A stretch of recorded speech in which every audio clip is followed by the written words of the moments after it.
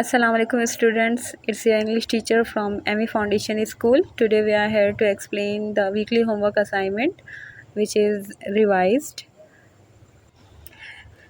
In this assignment you have to read lesson number 1, which is a poem, The Voice of God, then vocabulary, after that introduction to the poet, central idea of the poem, then question answers, and in the last you have to do multiple choice questions.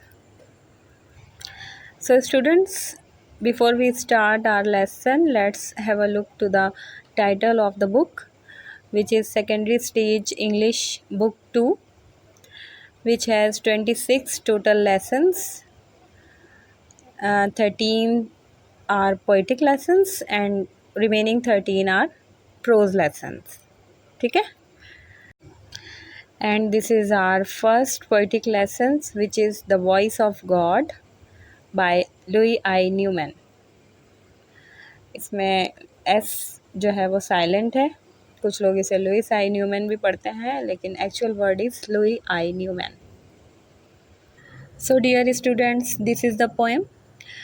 I sought, मैंने ख्वाहिश की, to here, सुनने की, the voice of God, खुदा की आवाज़, and climbed, और चढ़ गया, द टॉप मोस्ट स्टीपल, एक बुलंद इमारत की चोटी पर.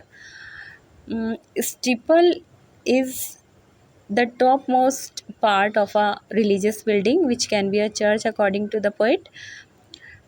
But God declared, लेकिन खुदा ने वाज़े कर दिया, ऐलान कर दिया, go down again, दोबारा नीचे जाओ. I dwell, मैं रहता हूँ, among the people, लोगों के दरमियान. I sought to hear the voice of God, मैंने खुदा की आवाज़ सुनने की ख्वाहिश की. And climbed the topmost steeple, और बुलंद इमारत की चोटी पर चढ़ गया. बट गॉड डिक्लेयर्ड, लेकिन खुदा ने ऐलान कर दिया, गो डाउन अगेन, दोबारा नीचे जाओ. I dwell among the people, मैं लोगों के दरमियान रहता हूँ. So students, this is the vocabulary. First word is sought. Sought is the past participle form of seek, SEEK, seek, which means to go in search, तलाश करना, तलब. Second one is voice, the sound, आवाज़. Climb, move with effort, which means चढ़ना, ऊंचाई की तरफ चढ़ना.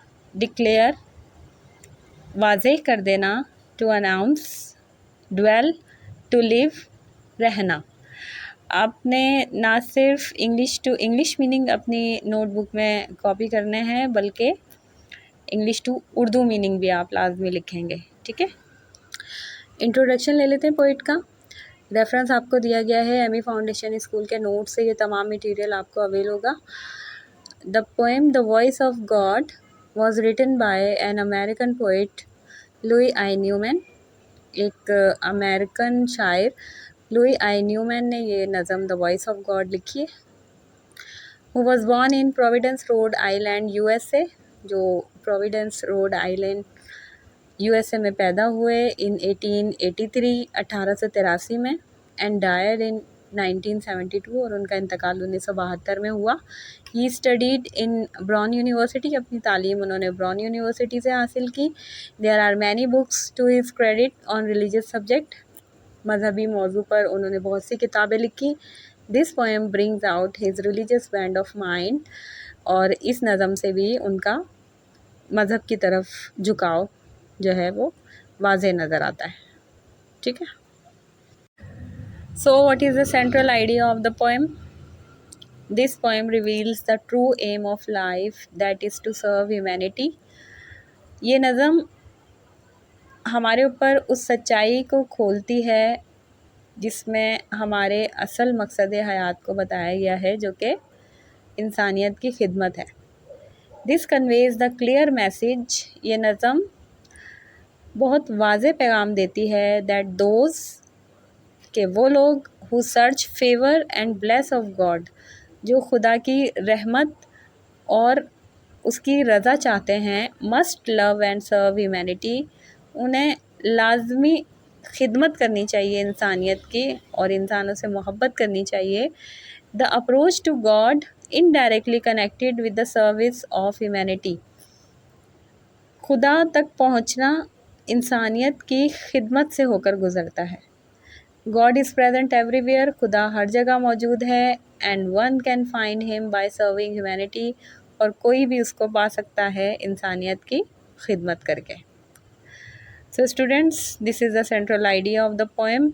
ये आपने लर्न भी करना है और अपनी नोटबुक में इसे कॉपी भी करना है, ठीक है। Now answer these questions. Why did Louie I Newman climb the steeple? What happened when the poet reached the steeple? And question number 2 is, what did God advise the poet? Or why did God tell the author to go down? And students, this is the last question. Describe the message of the poem The Voice of God, which is clearly defined in this lecture. तो आपने जो है इसको answer करना है। इसके लिए आप रेफरेंस आपको दिया जा रहा है एमई फाउंडेशन स्कूल के नोट्स से, जो है आप इसको तमाम मटेरियल को अवेल कर सकते हैं, ठीक है। And these are some multiple choice questions. आपने इसको भी जो है वो सॉल्व करना है और उसके बाद जो है अपनी नोटबुक में इसको कॉपी करना है, ठीक। सो students, this lecture is over now. अपना टाइम टेबल बनाएं, लर्निंग के लिए भी, स्टडीज़ के लिए भी ख़ास तौर पर, ताकि आप इस वक्त को अच्छे तरीके से अवेल कर सकें।